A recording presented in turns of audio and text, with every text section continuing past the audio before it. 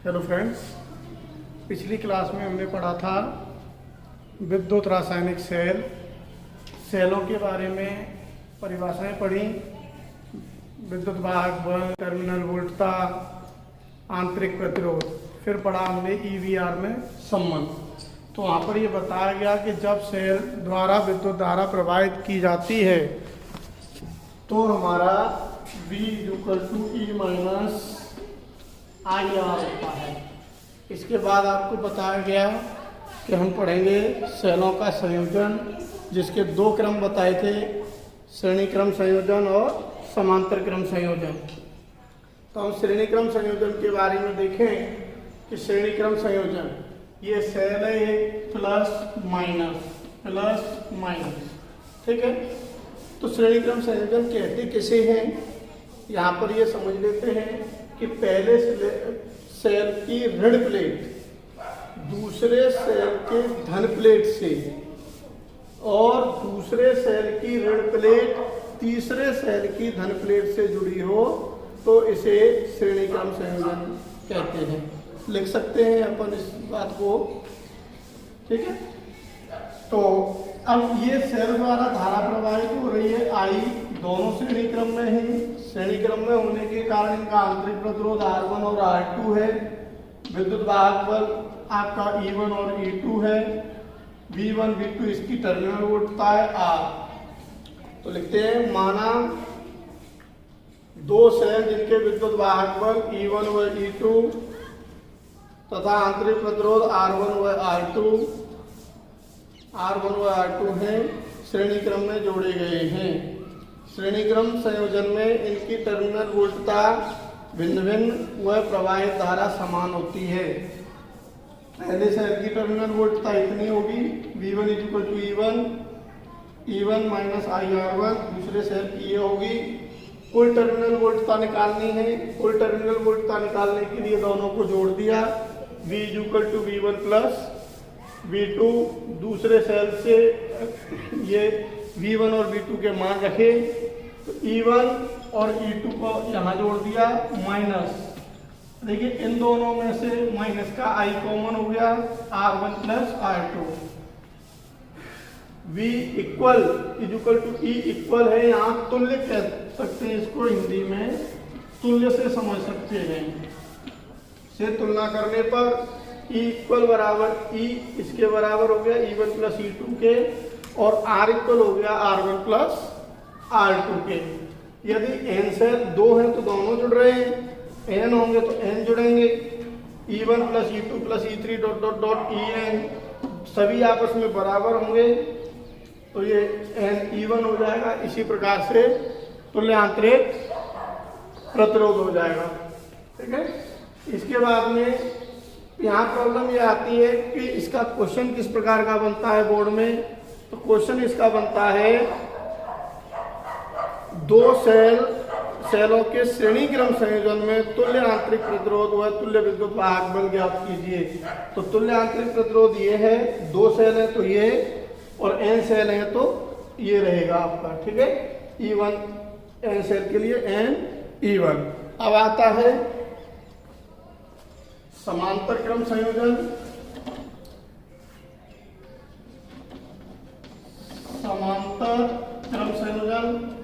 समांतर क्रम संयोजन में डायग्राम चेंज होगा। दोनों सेलों को समांतर रखेंगे।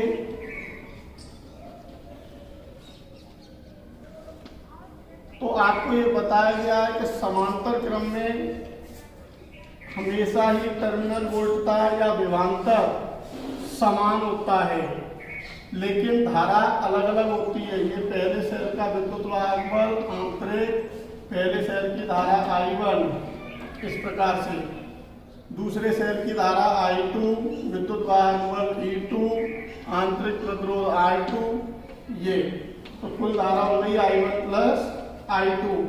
तो विभवांतर समान रहेगा। तो यहाँ पर अपन समझ सकते हैं कि समांतर क्रम संयोजन होता क्या है। समांतर क्रम संयोजन में सभी सेलों की धन प्लेट एक बिंदु से और ऋण प्लेट दूसरे बिंदु से जुड़ी होती है। सभी धन प्लेटें एक बिंदु से और सभी ऋण प्लेटें दूसरे बिंदु से, तो इसे समांतर क्रम संयोजन कहते हैं। लिख सकते हैं इस बात को। तो पहले सेल की terminal वोल्टता V = E1 I1 R1। इसी प्रकार से यहां से I1 बराबर आ जाएगा आपका इधर I1 बराबर, ये इधर पंचांतर होगा, ये इधर E1 - V अपॉन R1। देखो पंचांतर करके देख लेंगे आप, ये इधर आ गया, ये इधर चला गया। इसी प्रकार से दूसरे सेल के लिए I2, तो I2 = क्या हो जाएगा, E2 - V अपॉन, यहाँ पर श्रेणी क्रम में टर्मिनल वोल्टता भिन्न भिन्न थी, V1 और V2, इसीलिए हमने कुल टर्मिनल वोल्टता ज्ञात की थी। समांतर क्रम संयोजन में धारा भिन्न भिन्न है, इसीलिए हम यहाँ पर कुल धारा ज्ञात करेंगे। कुल प्रवाहित धारा I = इसे साफ कर देते हैं पूरा।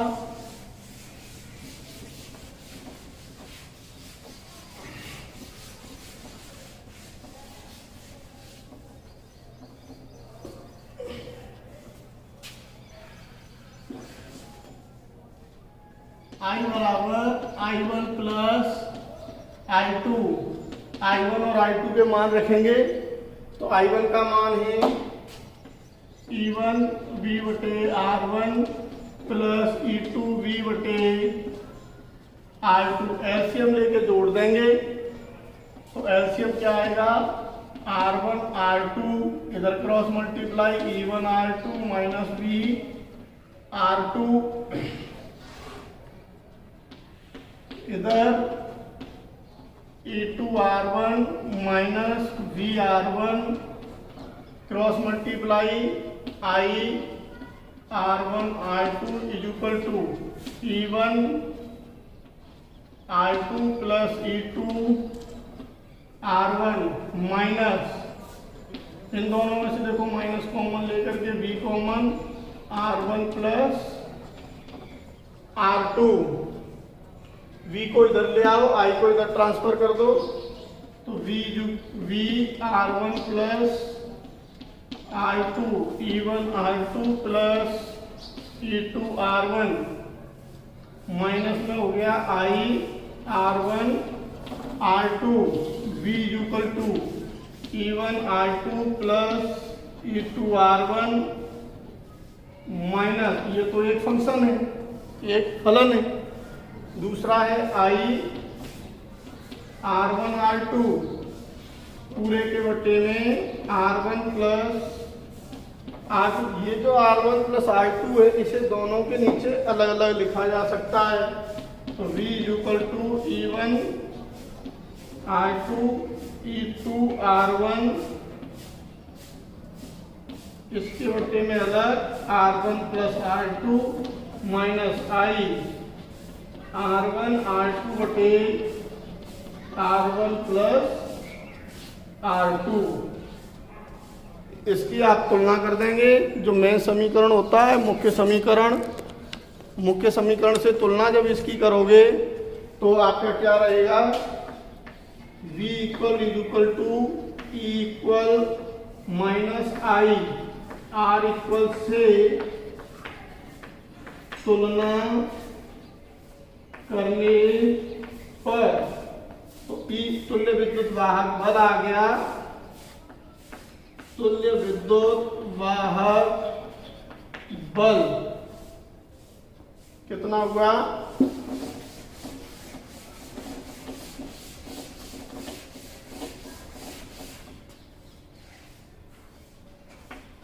E = E1 R2 + E2 R1 बटे में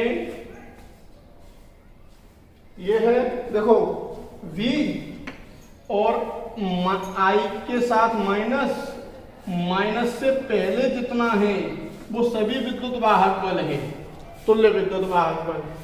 प्लस आई के साथ जो संख्या गुणा में है वो तुल्य आंतरिक प्रतिरोध है। तो E equal R1 plus R2, ये तो हो गया तुल्य विद्युत वाहक बल। ठीक, इसी प्रकार तुल्य आंतरिक प्रतिरोध, तुल्य आंतरिक प्रतिरोध क्या होगा बताओगे? आई के साथ जो मल्टीप्लाई में है तो I R equal to R1 R2 बटे में R1 प्लस, अगर व्युत्क्रम कर दो इसका उल्टा कर दो तो R1 प्लस R2 बटे में R1 R2। वैसे तो आपका डेरिवेशन तो यहाँ हो गया, लेकिन इससे आगे आपको ये बताया जा रहा है कि जब आप इसे समांतर क्रम में जोड़ते हैं तो आंतरिक प्रतिरोध, तुल्य आंतरिक प्रतिरोध उसी प्रकार से प्राप्त होगा जैसे समांतर क्रम संयोजन में प्रतिरोध प्राप्त होता है। देखिए R इक्वल R1 बट्टे में R1 R2 प्लस R2 बट्टे में R1 से R1 R2 से R2, 1/R equal R2 plus R1। इसी प्रकार से सूत्र आपको मिलता था समांतर प्रतिरोधों के समांतर क्रम संयोजन में।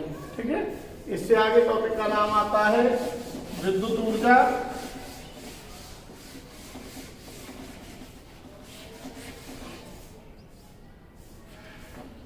विद्युत ऊर्जा, ठीक है, किसी सेल द्वारा, परिभाषा लिखेंगे विद्युत ऊर्जा की, किसी सेल द्वारा परिपथ में विद्युत धारा बनाए रखने के लिए सेल द्वारा किया गया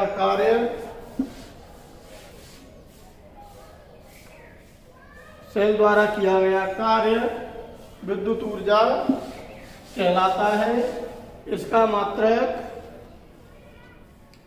मात्रक वाट इंटू घंटा होता है,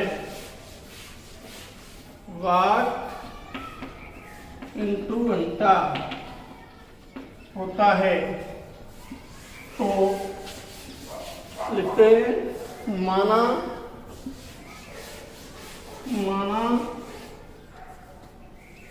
किसी परिपथ में Q आवेश प्रवाहित करने में किया गया कार्य,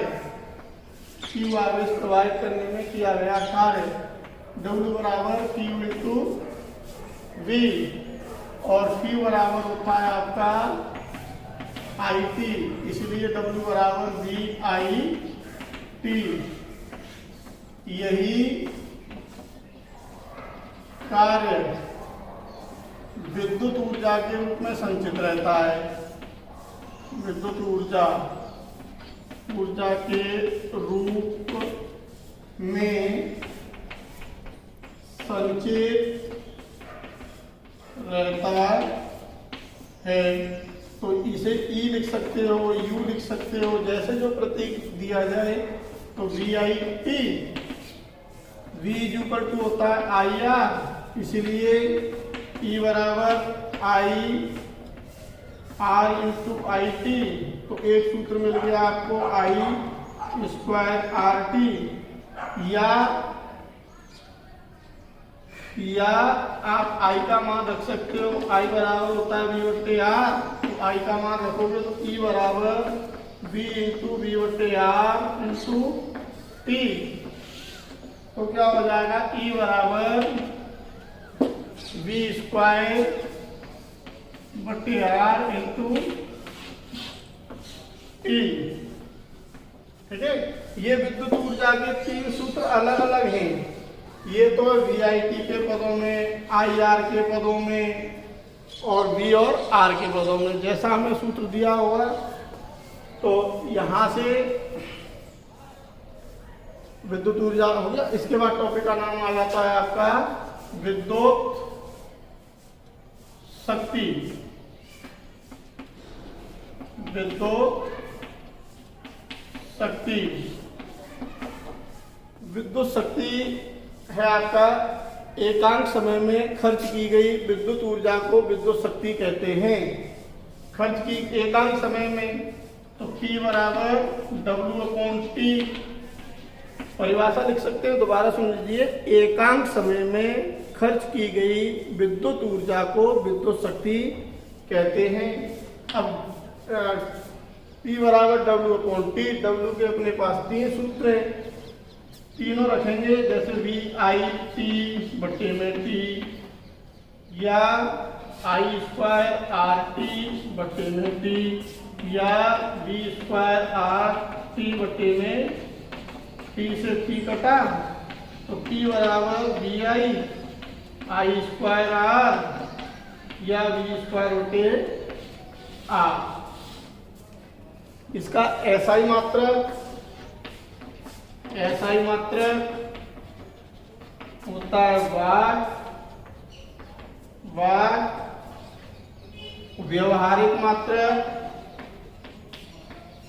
व्यवहारिक मात्रक होता है अश्वशक्ति।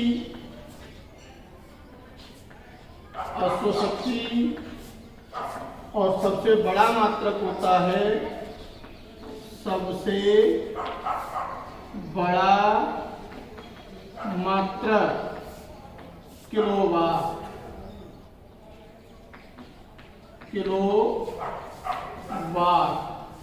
तो ये चीज यहाँ बताई जा रही थी कि एक अश्वशक्ति है, एक अश्वशक्ति बराबर 746 वाट और 1 किलोवाट बराबर 1000 वाट। तो यहाँ अश्वशक्ति में केवल 746 वाट होते हैं और किलोवाट में 1000 वाट होते हैं, इसलिए किलोवाट बड़ा मात्रक है। ठीक है। व्यवहारिक मात्रक इस प्रकार से, इसमें यूनिटों की संख्या जो निकाली जाती है कि घरेलू परिपथ में कितने यूनिट खर्च हुए, इसके लिए आप सूत्र यूज करते हैं। यूनिटों की संख्या